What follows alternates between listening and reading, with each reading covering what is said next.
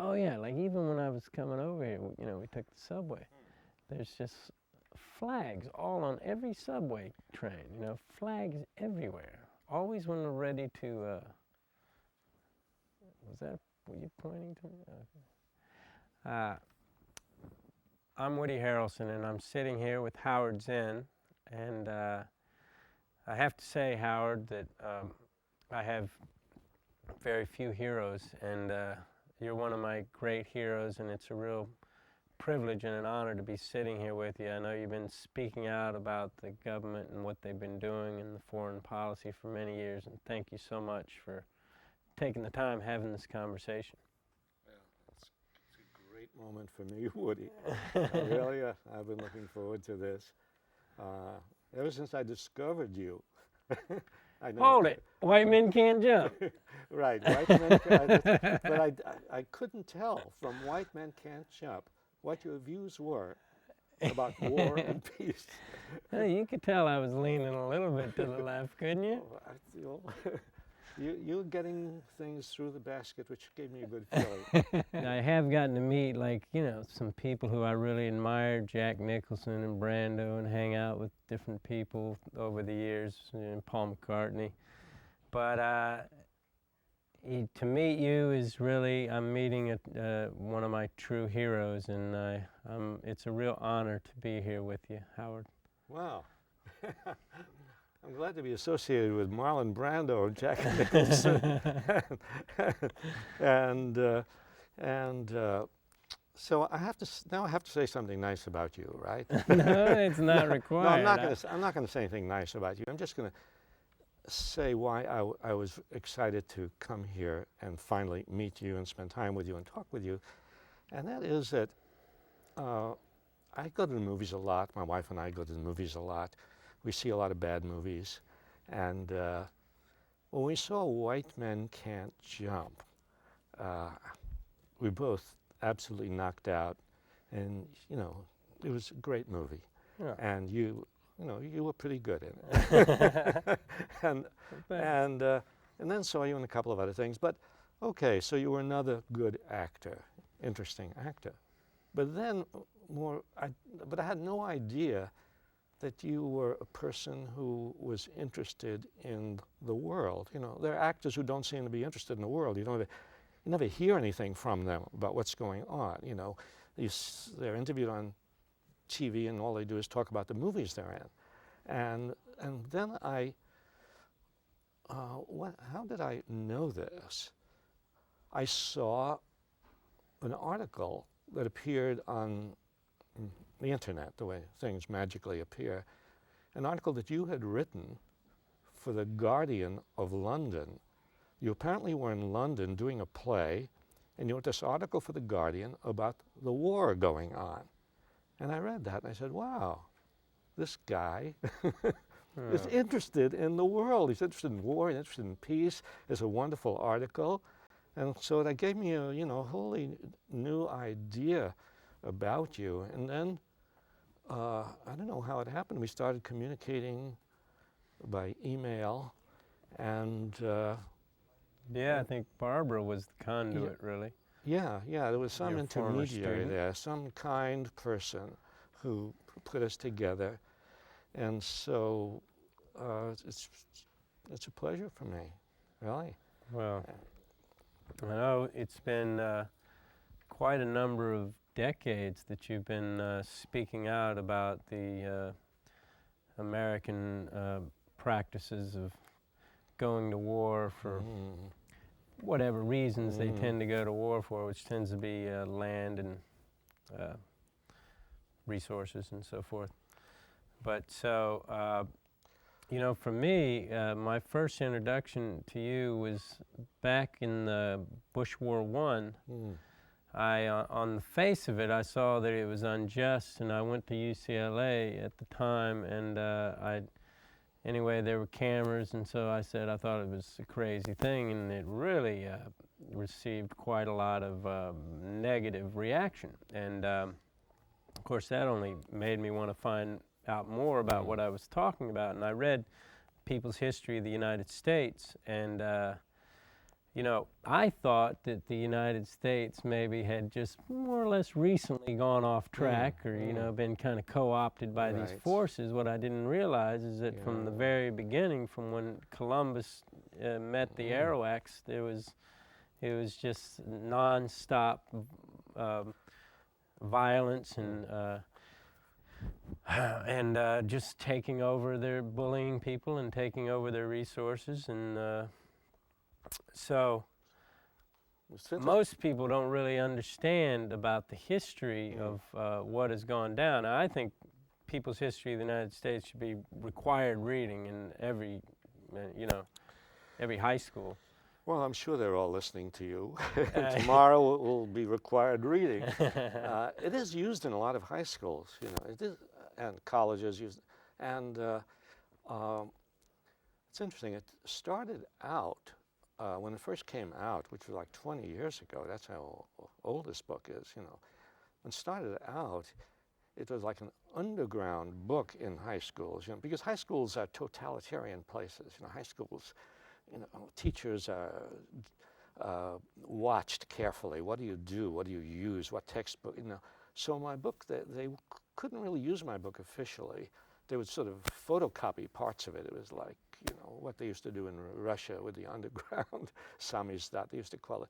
And but over the years, it's become more and more, I hate to say the word respectable. Acceptable, you know, even though I haven't changed it, I haven't made it more respectable. It has the same ideas, and so now it's used a lot in high schools, which I'm glad to see, because young people, you know, and you know, what you just said is what I hear again and again. You know, the people, a lot of people are surprised when they go into the history of the United States, because, yeah, just like you said. They think, well, this is bad, and sometimes they use the word aberration. They say, oh, this is unusual, this is different, you know, this is not the way we usually are. We're really the good guys. Well, if they knew our history, they wouldn't say that. But you know, people are reluctant to accept the fact that we have not been the good guys of the world. People don't want to think that. I didn't want to think that. I didn't want to think that. I wanted to think the United States is, you know, we're the Boy Scouts of the world. You know, we help countries across the street, you know, whatever Boy Scouts do, you know. That's what I thought. And it's only when I started to read history that I realized, no, this goes way back. The drive to conquer, to expand, to control. And when you know that history, if you know that history, you're not going to be deceived as easily. Because if you don't know the history, it's as if you were born yesterday. If you were born yesterday, the president gets up there in front of the microphone and says, we've got to go to war for freedom, for democracy. And if you don't know the history, well, he's the president. He knows, you know. But, you know, like you said, when you go into history, it makes you see what's going on today in a different perspective. Yeah, now, most people know, I think, well, that's actually a question I want to ask you too, because like most people, I think, are kind of aware that this is an oil war. Certainly around the world, people understand that.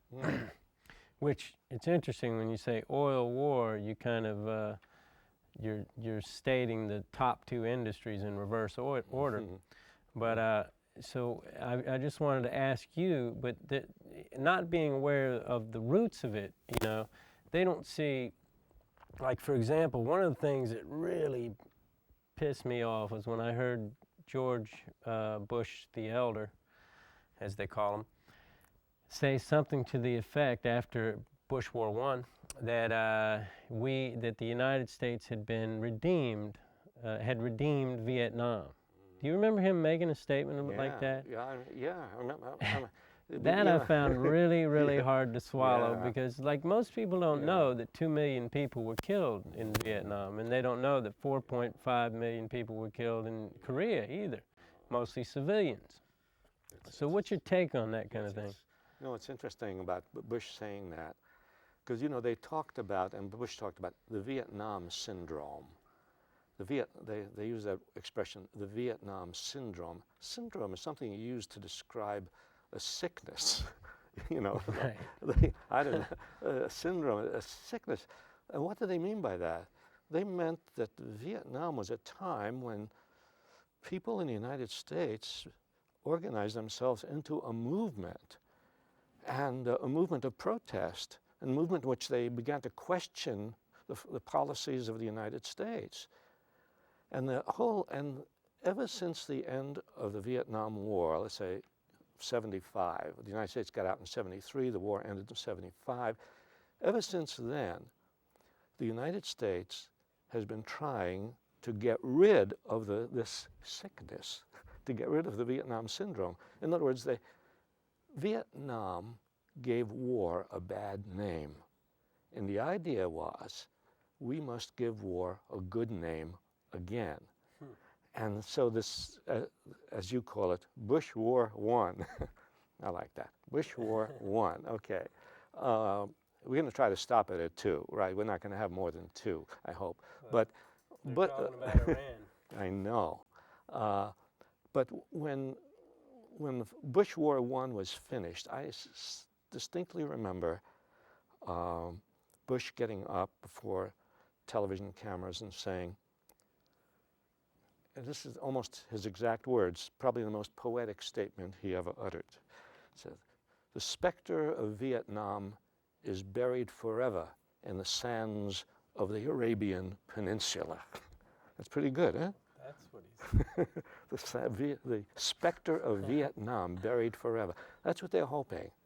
Yeah. They're hoping that people will not think about Vietnam. Do you know what they want people to think about? They want people to think about World War II. They want, because World War II, I mean, here we go into the history you're talking about. World War I gave war a bad name. World War I was a war that after, even people who had supported the war, after World War I, they said, what in the world were we doing? 10 million men died on the battlefields in World War I. And at the end of it, nobody knew why the war was fought. So, and after the World War I, Hemingway, Dos Passos, other writers were writing, All Quiet on the Western Front, all of that. So war had a bad name. World War II gave war a good name. Hitler, fighting against fascism and so on. And then Vietnam comes along, gives war a bad name. So what do we have to do now if we want to fight another war? We don't want people to think about Vietnam. By we, I mean the administration. I don't like to really say we, but no, we don't want people to think about Vietnam. We want them to think about World War II, the good war. Skip Vietnam. In fact, if you go and see what kids are learning in the schools, they're not learning much about Vietnam. And the movies that they're showing on television and so on, a lot of them are about the heroism of World War II. D-Day, the 101st Airborne, Saving Private Ryan. And the whole idea, I believe, is to take the good war and connect it with all these bad, ugly wars that we have been fighting recently. I think that's the idea. It means, they're trying to obliterate a piece of history. They're trying to obliterate Vietnam. Well, I mean, not to mention Korea, and as Gore Vidal talks about the 200 other armed conflicts that we've been involved in between now and then. Yeah. I mean, Korea is like the forgotten war. I mean, people know very little about the Korean War. It's like came and went, although it lasted 3 years, and we don't know, maybe 3 million people died, almost all Koreans. I mean, 56,000 Americans died, but about 3 million Koreans died, but it's like it's forgotten. Yeah, well, the book I read said 4.5 million, 3/4 civilian died in Korea. Yeah. So, but anyway, either way, 3 million, 4.5, you can't even get your mind around it. Yeah. It's so horrible. It's interesting. When you get into those numbers, it's interesting how, 1 million here, 1 million, it's amazing, isn't it? What's 1 million people? 3 million? Of course, it doesn't really matter. Huge, huge number of people. Well, that's the thing that really breaks my heart about what's I can't really dignify it by calling it a war because you have to have two sides combating each other. But let's say this recent bombing campaign. You know, I know that one of the things that I read that you said, you quoted Colin Powell, who said that in the first, as we say, Bush War I, they asked him, you know, how many American dead, and he had a figure, and then they asked him how many Iraqi dead, and he says that's not something I'm terribly interested in. And I wonder, is that mentality, I mean, I understand that from a military man or even from our government, but is that mentality kind of pervading our whole culture, all of the people in our society, do you think? You know, that's the problem, because I don't believe that people naturally don't care about other people dying. I mean, I think Americans, if they hear about other people dying, they care about it, but they're not told about it. They're not given any, well, just like you said about Colin Powell, he's not interested in that. The Pentagon never gave out figures on how many Iraqis, how many people died in Iraq, how many people died in Afghanistan, how many people died in the first Gulf War, which is what Colin Powell was talking about at that time. The government, the Pentagon doesn't tell people about it. The newspapers don't tell people about it. I distinctly remember that exactly when the first Gulf War ended, I mean, that very week in 1991, I was in an airport and I picked up actually, I confess I didn't pick up copies. Well, I picked them up, but I didn't buy them. You know, the airport, you go in, you pick up something, you read it, right? You don't pay for it. And so I didn't want to pay for news and Newsweek and Time, but I wanted to, big, you know, the front cover was victory, great victory, you know. But I was interested. I looked through each one. I had time, and my plane wasn't coming. I had time to look through Time and Newsweek, about 100 pages in each on the war. I looked to see if they had any report on how many Iraqi casualties there were. And there was nothing. So with that, you know, what you're saying, it's not a surprise that the American people are simply not aware. It's like these people are invisible. But I feel that the job of our job, I don't know, the people who are concerned in the world, the job is to make invisible people visible, you know. And, you know, when I think of invisibility, you know, I think back to Ralph Ellison, Invisible Man. I think black people being invisible. And what happened in the South was that the black people who created the movement in the South and suddenly created a commotion in the country, they made black people visible to the country. And before that, in a certain sense, to white people in the country, black people were invisible. And I think today with the war, I think we have the same problem. We have to make visible these other human beings who are dying. Americans die and other people die. And I think, you know, I think American people are normally, naturally compassionate people. It's just that the media and the government don't tell them anything about that. Well, you know, on the subject of the media, you know, obviously it's been very anesthetized and cleaned up, and even what used to be a fairly progressive channel, CNN, once it was sold by Turner, it has become another mouth, you know, the party speak still, you know.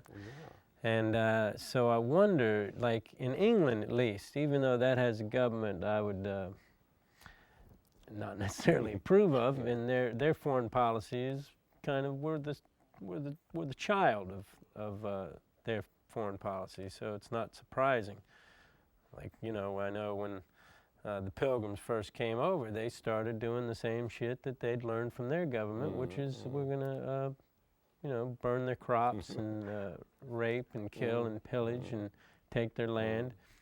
But at least in England, you have The Guardian, and you have some progressive media where those people in England, there's no way Tony Blair is going to be reelected because he did something. They know what's going on. They also saw the pictures. The BBC showed them images of what was going on in Iraq. Now, in the United States, we simply don't have that, other than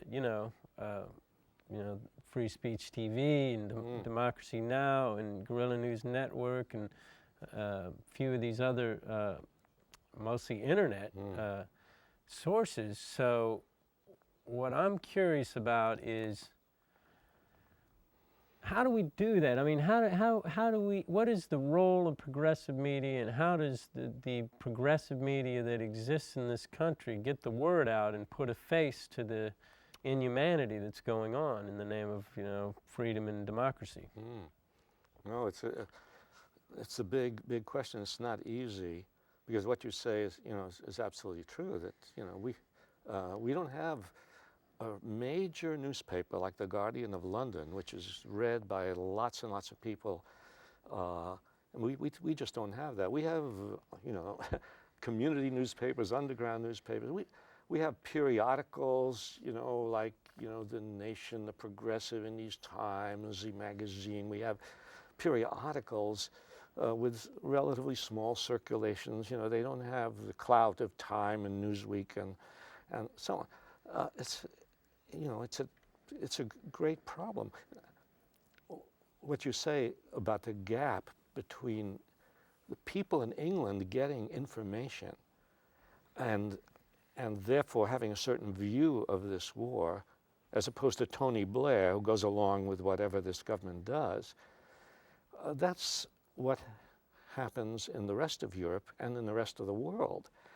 And so if you go back to February 15th, when all those demonstrations took place all over the world, it was obvious everybody in the world, except here, knew that this war was wrong. Everybody in every country. And why did they know these things and Americans did not know these things? Or at least 65% or 70% of Americans, the ones who said they supported the war. The one reason I can think of is the one you talked about, and that is those people out there, they're not watching CNN. They're not watching Fox News. They have alternative sources of information. So that suggests that, our job is, how do we get information to people?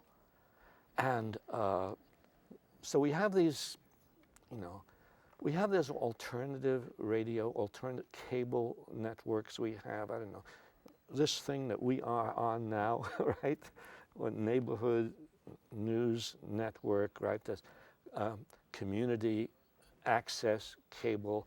We have stations like this around the country which are reaching people. We have Democracy Now! We have Pacifica stations, 4 or 5 Pacifica stations around the country.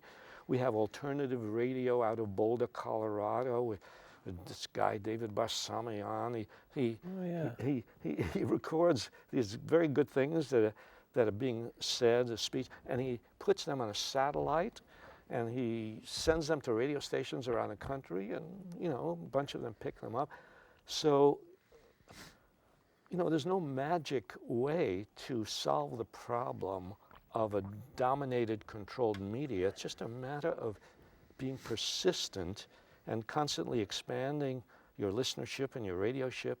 I like that.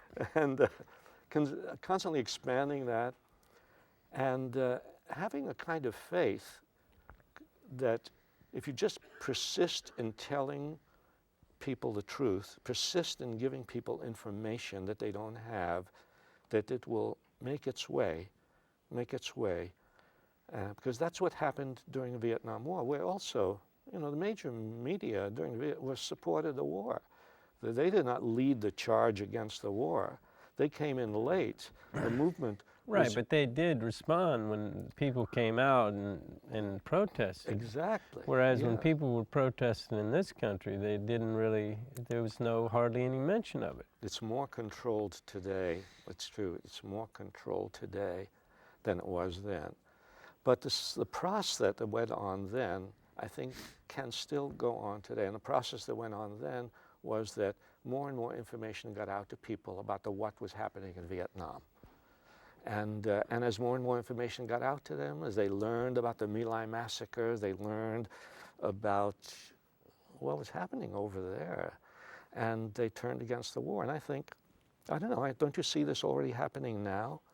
Don't you see, I mean, you look at even the New York Times reports, front page, Bush support slipping, like it's going below the 50% mark.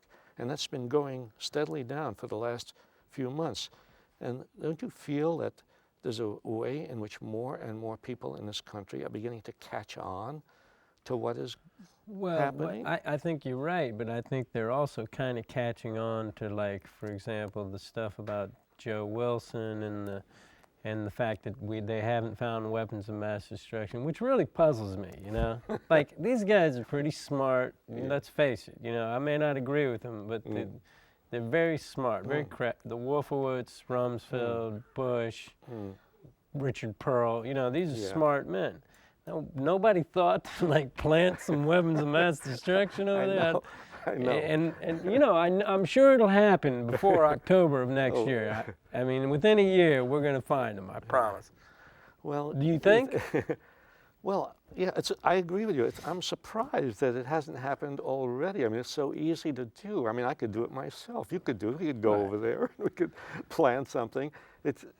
But I don't know why they haven't done it, except that maybe they're worried about being found out. That in order to do it, they have to enlist people. As soon as you involve more than one person in a crime, you're always taking the chance that somebody will spill the beans. While you're on that subject. Now, that guy in England, I can't remember his name, they said he committed suicide. Oh, yeah. What was his name? The scientist. Yeah. Clark, was that his name? I forget his name. Well, anyway, it's a very unusual story in the sense that he's obviously the guy who started the ball rolling with people being aware that them saying that they had that Iraq was getting plutonium from Nigeria. He was the guy who started to apprise people that that wasn't the case, right? I think he was the first guy. And then mysteriously he dies. He commits suicide. Now, I wanted to ask you this because, you know, I figure if anybody has a read on it, you do. Do you think he actually, well, you know, I don't look at you necessarily as being like, you know, omnipotent, but you're as close to God for me as a guy's going to get. Well, So, but let me ask you, what do you think happened with that guy? Did he commit suicide? I have no idea. I mean, you didn't think that was odd, though? It's odd. A lot of odd things happen, and it's, you know. Well, he walked 3 kilometers. He took a nice brisk walk before he committed suicide out in the woods. And he'd also been talking on the phone earlier about a trip he was going to take back to Iraq to help, I guess, prove his point. I don't think he committed suicide, but... well, you have more of an investigative mind than I just believe this. I know I have a conspiratorial mind, but I mean, on the other hand, there's a lot of conspiracies. There are a lot of conspiracies. So, I mean, what you say is possible. But it's just that if somebody asked me, you know, do you really know? Or, you know, it's possible. It's possible. Who knows? Yeah. But now, what? I'm sorry. No, I was just going to say, well, you know, one problem we have is not getting sidetracked from the main issue. Do you know what I mean? And going off into, well, did he do this? Did they do this? You know, because the main issue is... Yeah, because it's like what's happening now with the business of the leak, you know, and getting all in, you know, where somehow the media all concentrated all on the leak, you know. Well, sure, it's interesting and important in the sense of the Bush administration, you know, is up to no good. But there's a way in which somehow something happens and all the headlines and all the news stories suddenly are fastened on that. And the real issue is what goes behind that. You mean genocide? And the war itself, you know. And not this particular thing or that particular thing, which we can, you know, in a way they'd like us to just focus on this one thing, but to get back to the big lie, the big lie behind all the weapons of mass destruction, the big lie was that Iraq was an imminent threat to the United States, and therefore, we had to go to war. In fact, it's interesting the way Bush responded to this new report that just came out by this government team that investigated for 3 months and can't find any weapons of mass destruction. Well, Bush and his advisors, I assume it's his advisors rather than Bush, right? They're not going to be daunted by the fact that they couldn't find weapons of mass destruction. Well, Bush comes out and says, well, they were planning to have weapons of mass destruction. They were a threat to the world, which is interesting considering the fact that the world did not see Iraq as a threat. Right. The threat to the world, but the world did not see Iraq as a threat. Only Bush and Wolfowitz and Cheney, and they only saw it as a threat, not because it was a threat, but because it was useful to see it as a threat. But I think we're going to get a lot of diversions along the way. Yeah. And the problem is getting back to, getting back not just to this particular war, but getting back to the general policy of the administration of war, expansion, sending troops and planes all over the world, controlling more and more of the world, becoming what they're speaking about more and more frankly, an imperial power. Of course, to say becoming an imperial power is wrong, because we've been an imperial power, but now they're very candid about it, very blatant about it. Yes, we're an imperial power, and we like it. No, I'm confused. So when you're talking about imperialism, I'm confused by the fact that Wolfowitz made the statement at the Asian summit. They asked him point blank, the other people there, they said, "Now, why didn't you go after North Korea, who has weapons of mass destruction, and instead you went after Iraq?" And he said, the exact, what did he say? He talked about oil. He said, the answer's obvious. They're swimming in a sea of oil, right? Right. So he admits that it's an oil war. Yeah. And Wolfowitz also made the admission that the weapons of mass destruction thing was the thing they all kind of thought about and came up with as the best thing to rally the troops, not that it was real. Right. To rally the troops, meaning rally the people behind, because everybody's afraid of a nuclear bomb. He made those two admissions. They appeared everywhere around the world, everywhere, and they still did not appear. You never hear about it in the mainstream media. Now, so I think that the mainstream media here, like for example, Nazi Germany back in the 30s, and Hitler's rise, there's no way that Hitler could have done what he did without the influence of the media. And I feel now that the media here has complicity in genocide and in this perpetuation of the war on terrorism. So I don't know. I mean, I don't know what you think. Yeah, but it's interesting. Yeah, that Wolfowitz and sometimes Pearl and sometimes they will make statements which tell the truth. Yes, it's oil. No, it isn't, as you say, weapons of mass destruction. He said it was something like, it was a bureaucratic decision or something like that. It wasn't real. It wasn't really weapons of mass destruction. They make these statements, and as you say, they're reported around the world. They're not reported in the American media. They're not played up in the American media. They're sort of, very often you have to look in the inside pages, or they're buried in the lower paragraphs of stories, or they don't appear at all. But that's our job. Our job is to look for these things. I think reading the foreign press is very important. It's like, and the internet, now, this goes back to the question you asked about, what can we do about this? The internet, now it's true the internet, there are probably, half the people in the country don't have access to the internet. They don't have computers and so on. But even the 50% of people in the country have the internet. Internet is a wonderful way of bypassing the major media. Without the internet, we could not have had mass demonstrations all over the world on one particular day. Right. And so the internet and email and all these are ways of getting information around to people, which the major media won't report. And I do believe it's beginning to have an effect. Yeah. And you know. I like your optimism, by the way. Well, I don't know. You can. We'll base things very often on very little evidence, right? Like, well, there's big evidence like the polls. Okay, Bush has gone down below 50%. But little pieces of evidence. My wife and I were talking to the plumber who came around to fix a leaky faucet, right? Because I don't know how to fix a leaky faucet.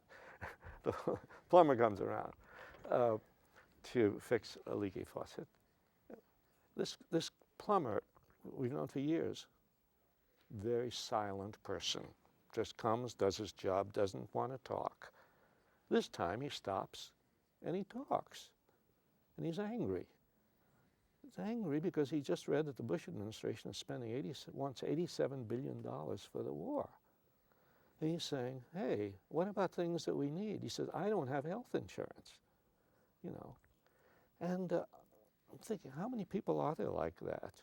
You know, the guy in my local post office, the other day I walk in, and just out of the blue, he says, and I discovered, you know, he was also very quiet for a while, but, you know, I got to, you know, saw him again and again, never said a word, and then one day he says, I noticed that there's something wrong with his arm. And he said, I was in Vietnam. He said, these guys in Washington, these old guys in Washington are sending young kids to war. Like me, I was 17. He says, you know, they're deceiving us all. So Yeah. this is, as I say, tiny pieces of evidence, but what it suggests to me that I think that, and these guys, the plumber, the post office guy, they're not reading The Nation magazine. They don't go on the internet, but somehow, you know, the reality of what's happening is beginning to come through to them. Yeah, my business manager, Bob Morgan, now for years we've had a good relationship, but a contentious relationship when it comes to talking about George Bush or anything. You know, he's a pretty definite Republican and conservative, and that's good. That's who I want managing my money, because God knows, you know, I need someone pulling back the reins. But always these disagreements, you know, like, man, can't tell you how many times I've sat and exasperated, like just dumbfounded how, you know, there's no getting through. And he calls me, I don't know, about a month ago. He says, Woody, he says, you were right. He finally shifted, like recently. He says, you've been right all along. All that stuff you've been saying, it's absolutely right. I was amazed, because I thought, now if he shifts, then anybody could shift. And If it's your a business major manager can shift. No, it's right, true, because that should. mentality Right. is so strongly entrenched, and it really Yeah. is representative of kind of the, you know, everybody wants to believe in their government. I mean, didn't we all grow up kind of putting our hand over our heart and, you know, singing the Star-Spangled Banner? Excuse me. But I think it's interesting that suddenly you hear from him, and suddenly he's changed his mind. And what that says to me is that you talk to people who have different points of view. You talk to them over the years maybe, and you think you're not getting anywhere. You don't see any change, you know. And then one day, something happens. And what it suggests to me is that we should never stop talking to people. You know what I mean? No matter how futile it seems at the moment.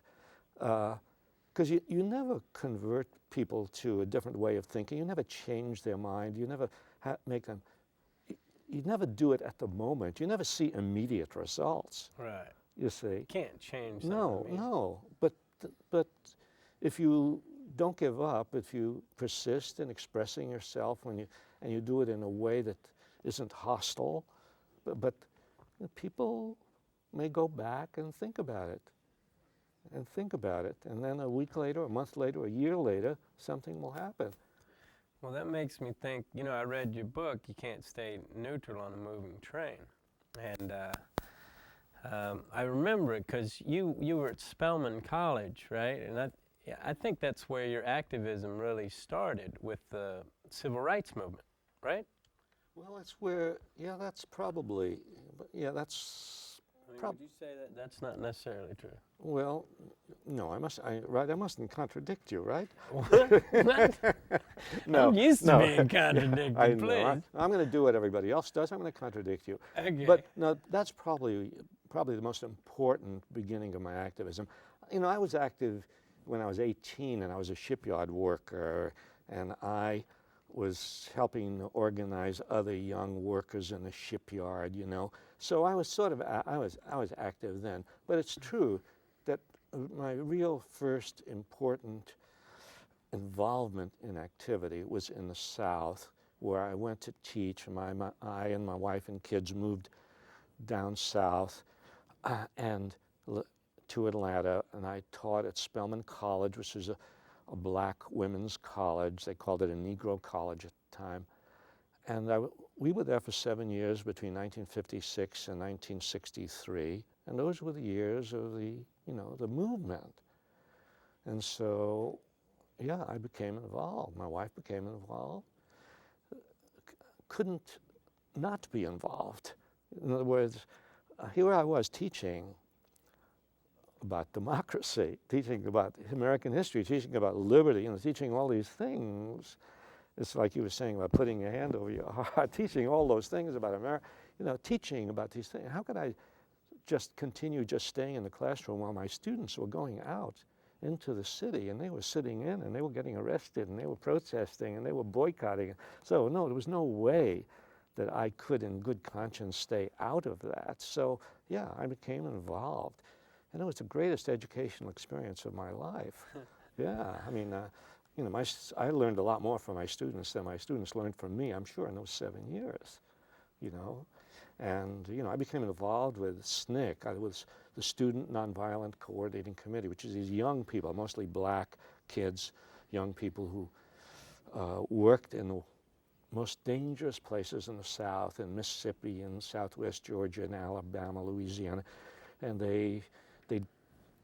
they worked for $10 a week, That's what they got from this organization. And they got to know people and lived in people's homes and met in churches. And they faced the police and they went through all sorts of...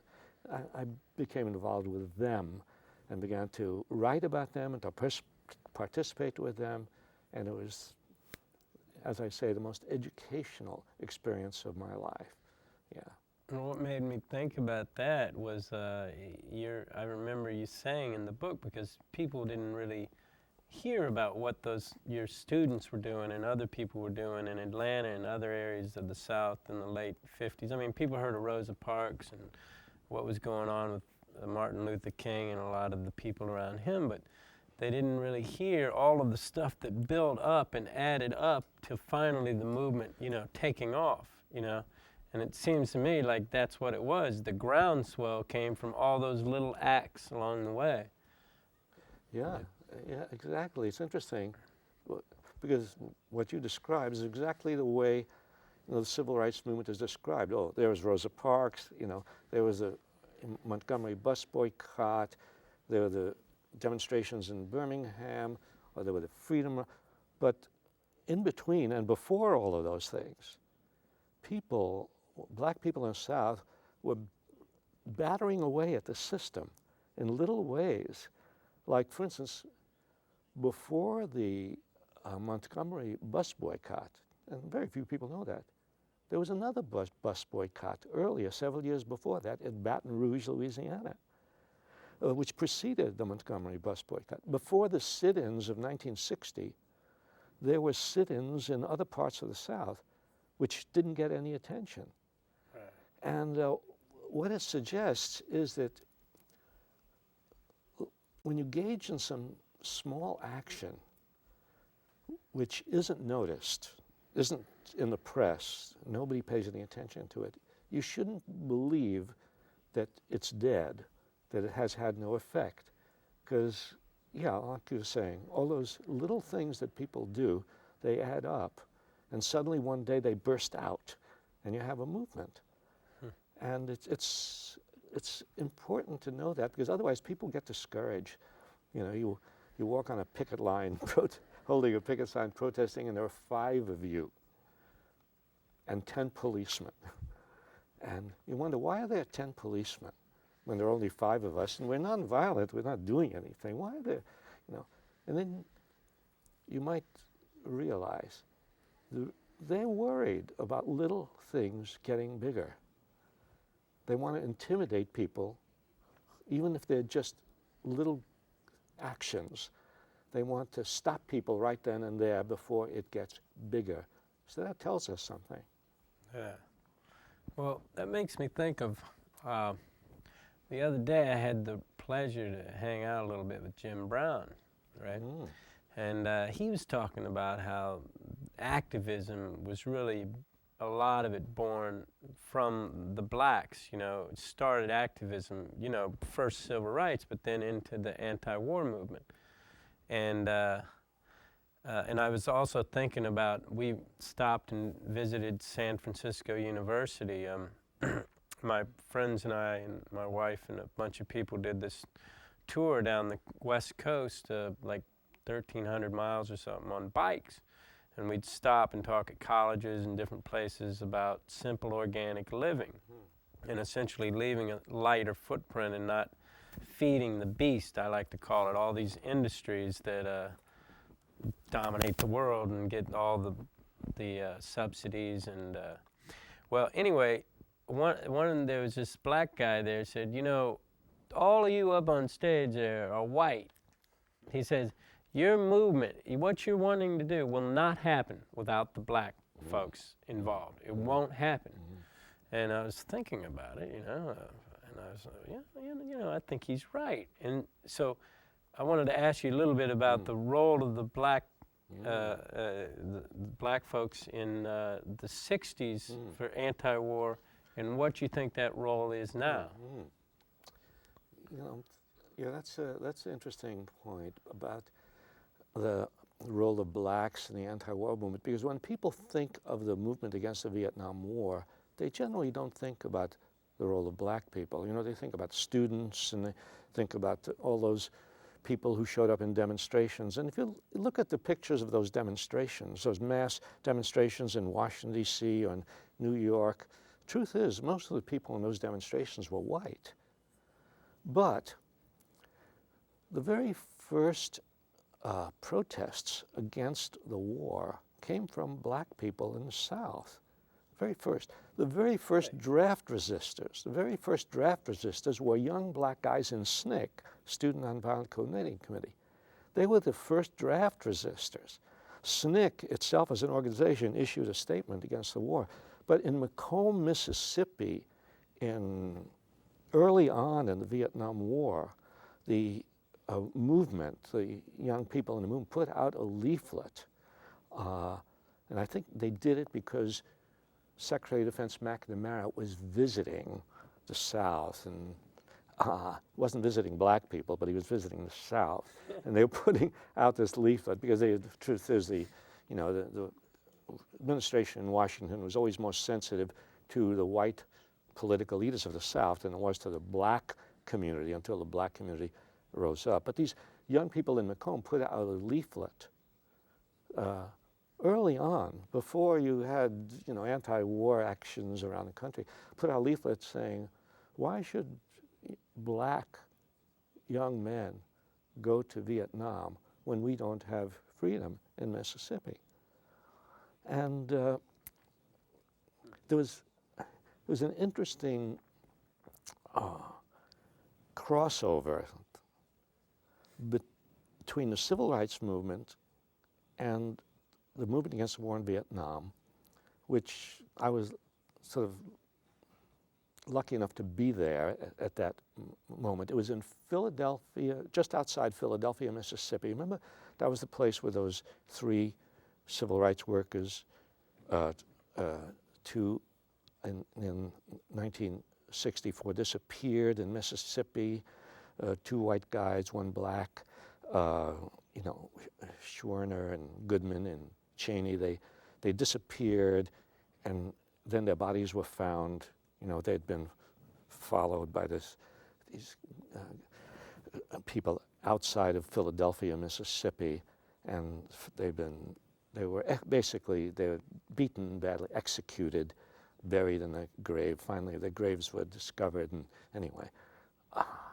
And there was a memorial service for them that took place outside of Philadelphia in a field, and this was in the beginning of August 1964.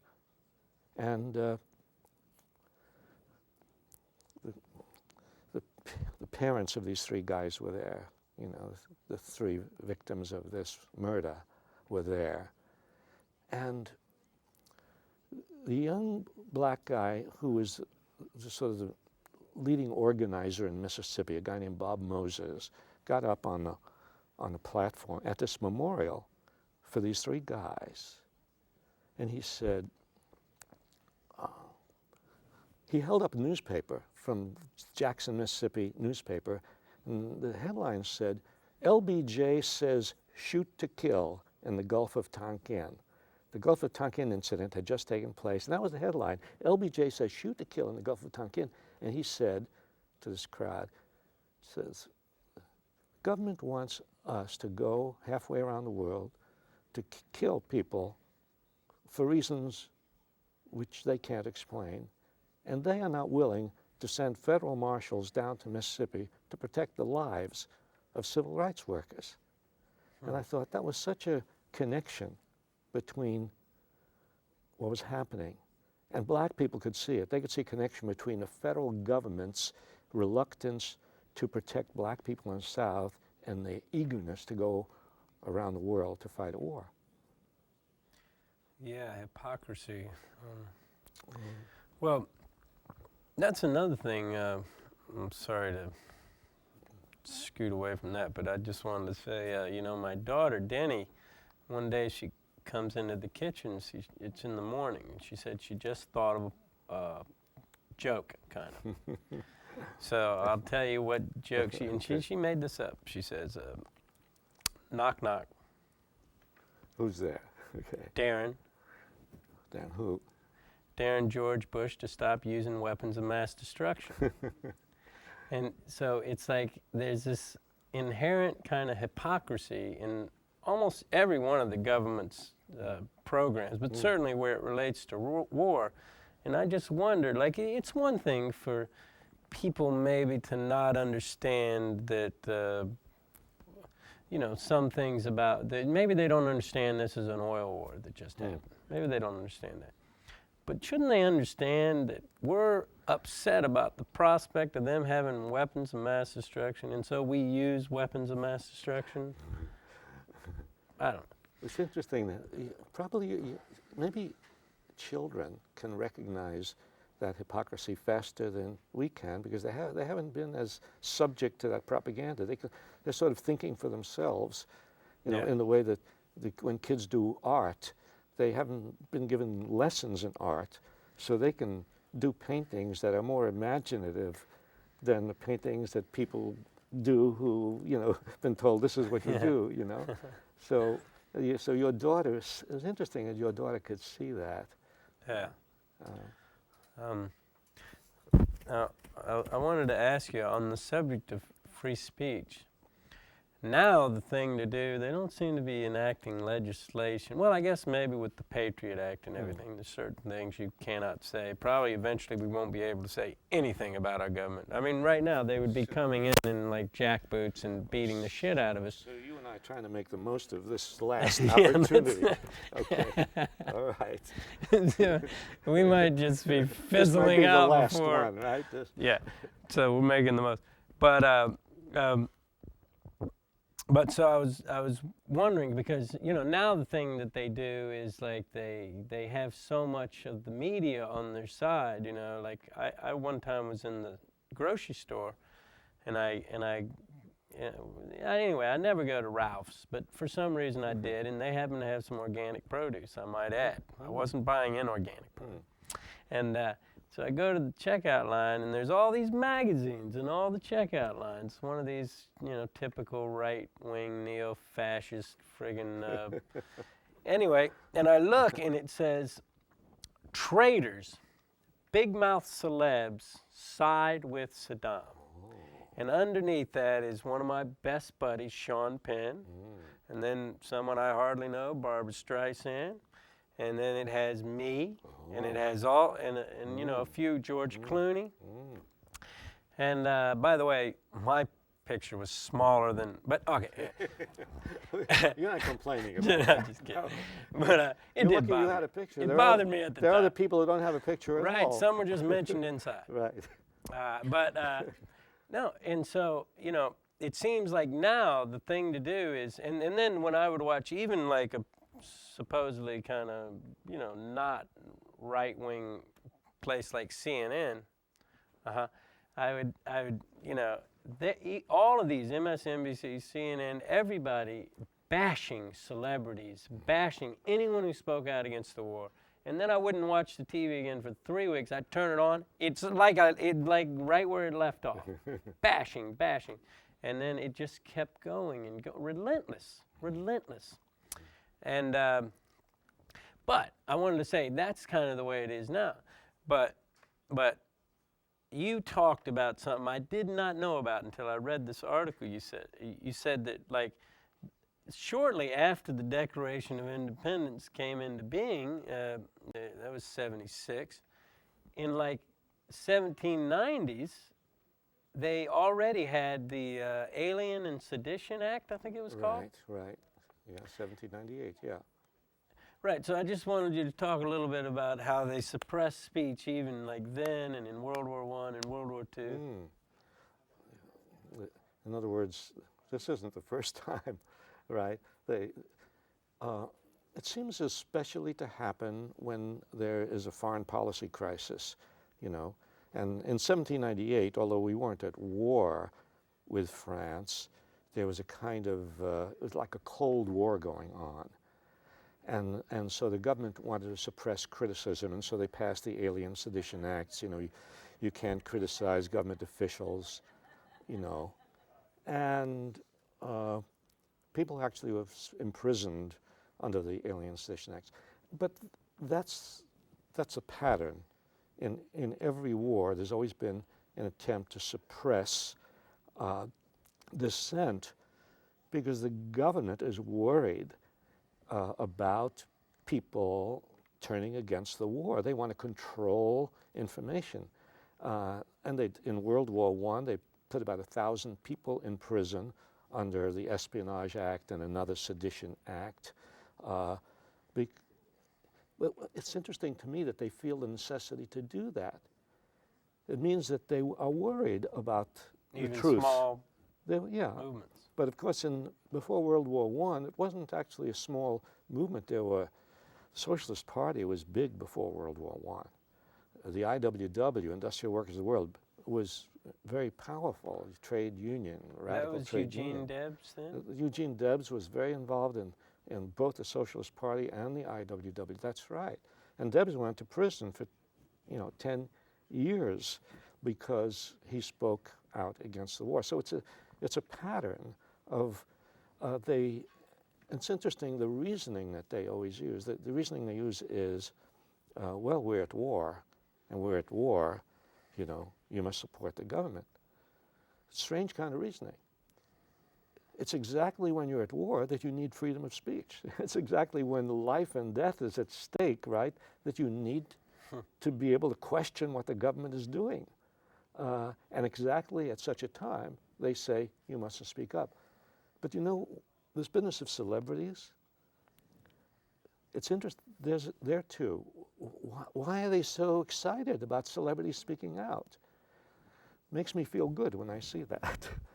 I mean, that is really, I mean, I feel, oh, good, it's getting to them. Whenever they react that way, I feel, oh, it's getting to them, it's good. It's good that you and George Clooney and the Dixie Chicks and Tim Robbins and Susan Sarandon, it's Eddie Vedder, all of these people who have a big following, speaking out, being citizens, not content with just being entertainers, being citizens. And I think it's terrific. Do you think that this kind of movement is about to just, is it going to take hold and really go crazy now, or do you think it's, I mean, what do you think is going to happen? Do you mean the movement against the war? Not just against the war, Or but the really movement- starting to see the corruption of the government and its foreign policy generally. I think that the cracks in the empire are going to become wider and wider.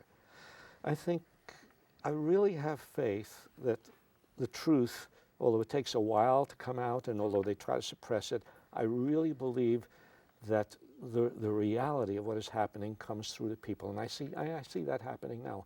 I am confident, really confident, that more and more people in the United States, as they learn more, because Americans really, I believe, have a common sense, have a common decency. It's just when they are misled and deceived and lied to that they will support war. But as soon as they begin to sense that something is wrong and they begin to learn things, I feel that we're going in a good direction. Well, you said something in a recent thing that you wrote. Actually, it was in maybe October, or no, it was in May. You talked about Tom Paine uses the word patriot to describe the rebels resisting imperial rule. And he also enlarged the idea of patriotism when he said, "My country is the world, my countrymen are mankind." Well, that's kind of the way I feel. I was really glad to see that you quoted him, and that, I don't know, it made me feel connected to Tom Paine.